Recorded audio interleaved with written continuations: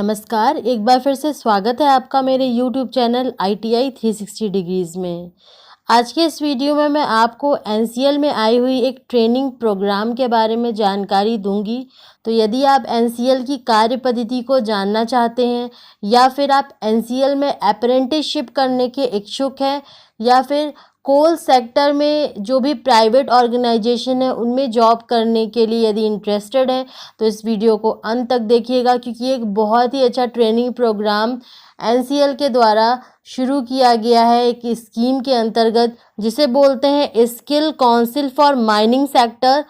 और आप इस ट्रेनिंग प्रोग्राम में पार्टिसिपेट करके इस ट्रेनिंग को कंप्लीट करके NCL की कार्य पद्धति को जान सकते हैं और आपको बहुत ही अच्छी नॉलेज मिलेगी, क्योंकि आपको पता है NCL एक मिनी रत्ना कंपनी है और यहाँ पे जो भी चीज़ें सिखाई जाती हैं बहुत अच्छे से सिखाई जाती हैं, बहुत ही आपको अच्छा नॉलेज दिया जाता है, अच्छी ट्रेनिंग दी जाती है। तो चलिए आपको बता देती हूँ कि कौन कौन सी ट्रेड के छात्र इसमें अप्लाई कर सकते हैं और टोटल कितनी पोस्ट है और क्या क्या एलिजिबिलिटी क्राइटेरिया है।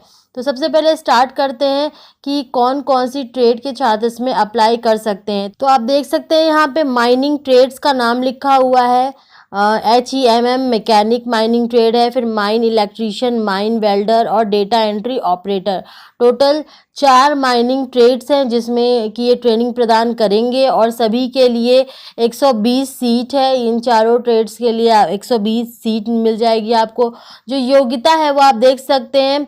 HEMM मैकेनिक और माइन इलेक्ट्रीशियन के लिए 12वीं पास इनने योग्यता डिसाइड कर रखी है और माइन वेल्डर और डेटा एंट्री ऑपरेटर के लिए 10वीं पास योग्यता है। साथ में ट्रेनिंग पीरियड आप देख सकते हैं HEMM देन माइन इलेक्ट्रीशियन और माइन वेल्डर के लिए 6 माह का ट्रेनिंग है और डेटा एंट्री ऑपरेटर के लिए 5 माह की ट्रेनिंग है। जो एज लिमिट है वो आप देख सकते हैं यहाँ पे 18 वर्ष से 24 वर्ष तक की एज लिमिट दी गई है। यदि आपकी आयु 18 से 24 वर्ष के बीच की है तो आप इसमें अप्लाई कर सकते हैं। और साथ में SC ST को 5 साल की छूट दी गई है और OBC के लिए 3 साल की छूट दी गई है। तो सबसे इम्पॉर्टेंट चीज़ यहाँ पे जो है कि जो भी माइनिंग ट्रेड है आप इसे देख सकते हैं और साथ में ही इसके लिए जो एलिजिबल कैंडिडेट हैं वो उत्तर प्रदेश और मध्य प्रदेश के निवासी होने चाहिए। उत्तर प्रदेश और मध्य प्रदेश के निवासी ही सिर्फ इस ट्रेनिंग प्रोग्राम के लिए अप्लाई कर सकते हैं। अन्य किसी भी स्टेट के बच्चे इस ट्रेनिंग प्रोग्राम के लिए अप्लाई नहीं कर सकते हैं। तो चलिए नेक्स्ट देख लेते हैं कि क्या क्या इनकी सामान्य शर्तें और प्राथमिकताएं हैं। तो सबसे पहली प्राथमिकताएं जो दी जाएंगी वो परियोजना प्रभावित व्यक्तियों को दी जाएंगी और साथ में ही जो भी साइट खानों जो भी कोयला खान होती हैं या क्षेत्र मुख्यालय के 25 किलोमीटर के दायरे के अंदर जो भी रहने वाले हैं उनको प्राथमिकता दी जाएगी।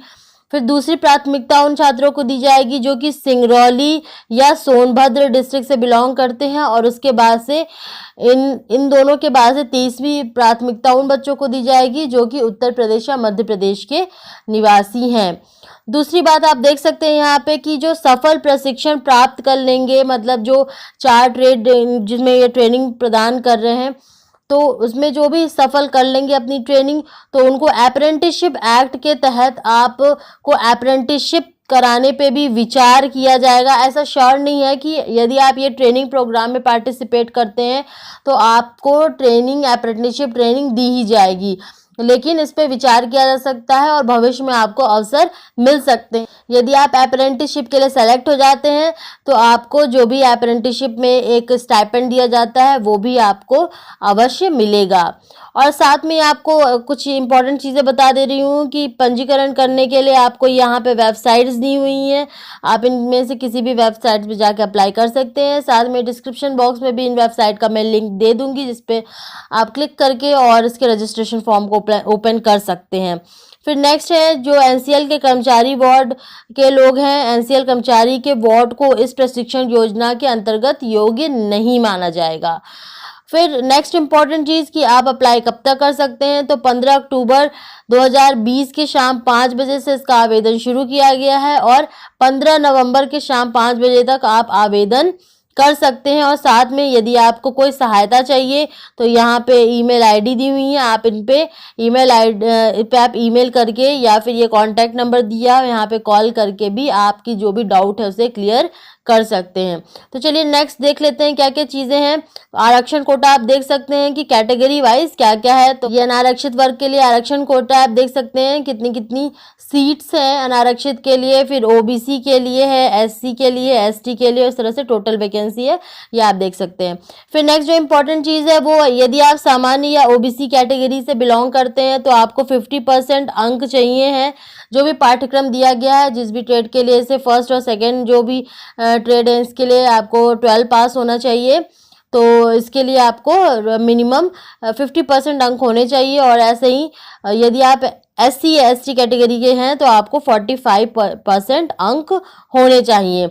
और साथ में जो आपकी आयु कैलकुलेट की जाएगी वो 31 अगस्त 2020 के आधार पे कैलकुलेट की जाएगी। 31 अगस्त 2020 को आपकी आयु 18 वर्ष से अधिक होनी चाहिए और 24 वर्ष से कम होनी चाहिए। फिर नेक्स्ट जो चीज़ें हैं आप इसमें रीड कर सकते हैं। और भी कुछ अन्य नियम और शर्तें हैं जो आप रीड कर सकते हैं। और इसमें कुछ ज़्यादा चीज़ें हैं नहीं, फिर भी जो भी इम्पोर्टेंट चीज़ें हैं वो मैं आपको बता रही हूँ। फॉर्म को अप्लाई करने का आपको लिंक दिया हुआ है, यहाँ पे आप अप्लाई कर सकते हैं। अप्लाई सेक्शन पे क्लिक करके देन आप अपनी जो भी एलिजिबिलिटी क्राइटेरिया उसको बहुत अच्छे से रीड कर लें। यदि आप एलिजिबल हैं तभी अप्लाई करें। फिर जन्म तिथि के प्रमाण पत्र के रूप में आपको 10वीं क्लास का प्रमाण पत्र देना है। और योग्यता हेतु 10वीं क्लास का अंक पत्र, ऐसे ही 12वीं क्लास का अंक पत्र देना है। आधार कार्ड की प्रति देनी है। तो आपके लिए जो भी एलिजिबिलिटी क्राइटेरिया है उसके अकॉर्डिंग ये सभी डॉक्यूमेंट्स आपको रेडी रखने हैं। और साथ में ही सबसे इम्पॉर्टेंट चीज़ आपकी एक सक्रिय ईमेल आईडी, मोबाइल नंबर और आधार कार्ड होना आवश्यक है जो कम से कम 3 वर्षों के लिए एक्टिव हो। ये बहुत इम्पॉर्टेंट है और आप इसे बहुत अच्छे से नोट कर लीजिएगा कि जो भी आपका एक्टिव मोबाइल नंबर है और ईमेल आईडी है वही आप दीजिएगा और वो कम से कम 30 वर्ष के लिए आप एक्टिव रखें। फिर नेक्स्ट जो चीज़ें हैं वो आप देख सकते हैं, यहाँ पे कुछ अन्य नियम और शर्तें हैं, आप इसे रीड कर सकते हैं। इसमें कुछ ज़्यादा इम्पॉर्टेंट है नहीं, इसमें वही चीज़ें दी गई हैं जो मैंने आपको बताया हुआ है। फिर नेक्स्ट जो चीज़ें हैं वो है उम्मीदवार की अस्वीकृति, मतलब किस किस केस में आपका जो आवेदन वह स्वीकृत हो सकता है, तो आप इसे भी रीड कर सकते हैं। सबसे पहले जो आपका जो भी चीज़ें इंफॉर्मेशन दी है वो सही होना चाहिए, आप एलिजिबल होना चाहिए। फिर जो भी आपका आवेदन है वो पूर्ण होना चाहिए। और यदि आप एनसीएल या उसकी सहायक कंपनी के परिवार के सदस्य हैं तो आप अप्लाई नहीं कर सकते हैं। उत्तर प्रदेश या मध्य प्रदेश के अलावा अगर किसी अन्य प्रदेश के आप निवासी हैं तो आप अप्लाई नहीं कर सकते हैं।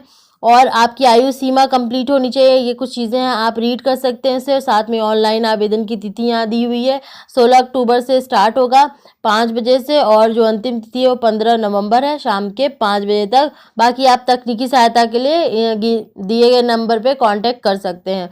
तो ये एक अपॉर्चुनिटी है यदि आप ट्रेनिंग करना चाहते हैं एनसीएल में और उसकी कार्यपद्धति को जानना चाहते हैं तो अच्छी खासी ये जो पोस्ट निकाली उन्होंने और अच्छी ट्रेनिंग देंगे, आपको अच्छा नॉलेज मिल सकता है। साथ में आप प्राइवेट सेक्टर में भी जो इनका skill council for mining sector है, ये जो स्कीम है जो एक फाउंडेशन टाइप का है, ये आपको माइनिंग में जो प्राइवेट सेक्टर जो निजी क्षेत्र की कंपनियां हैं उनमें भी आपका प्लेसमेंट करा सकते हैं। आप देख सकते हैं ये चीज़ें मैं अपने से नहीं कह रही हूँ, उनकी एडवर्टीजमेंट में ही ये बात लिखी हुई है।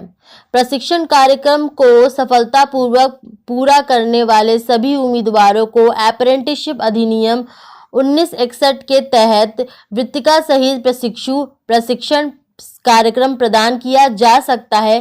साथ ही एससीएमएस द्वारा निजी क्षेत्र के उद्योगों में प्लेसमेंट सहायता भी प्रदान की जा सकती है। तो इन्होंने ये लिखा हुआ साफ मेंशन किया हुआ कि यदि आप प्रशिक्षण पूरा कर लेते हैं तो आपको अप्रेंटिसशिप प्रोग्राम के अंतर्गत स्टाइपेंड के साथ अप्रेंटिसशिप प्रदान की जा सकती है और साथ में ही आपको जो निजी क्षेत्र के उद्योग है वहाँ प्लेसमेंट भी प्रदान किया जा सकता है और इसमें ये सहायता करेगी ये कंपनी आपकी। तो बच्चों ये एक इम्पॉर्टेंट जानकारी थी जो मुझे आपको देनी थी और ऐसे इम्पॉर्टेंट इन्फॉर्मेशन हम आपके लिए आगे भी लाते रहेंगे। तो यदि आपने चैनल को सब्सक्राइब नहीं किया तो चैनल को सब्सक्राइब कर लें और साथ में नोटिफिकेशन बेल भी प्रेस कर लें ताकि जैसे ही कोई वीडियो चैनल पे अपलोड हो तो उसका नोटिफिकेशन आप तक तुरंत पहुँच जाए। इस वीडियो में बस इतना ही। धन्यवाद।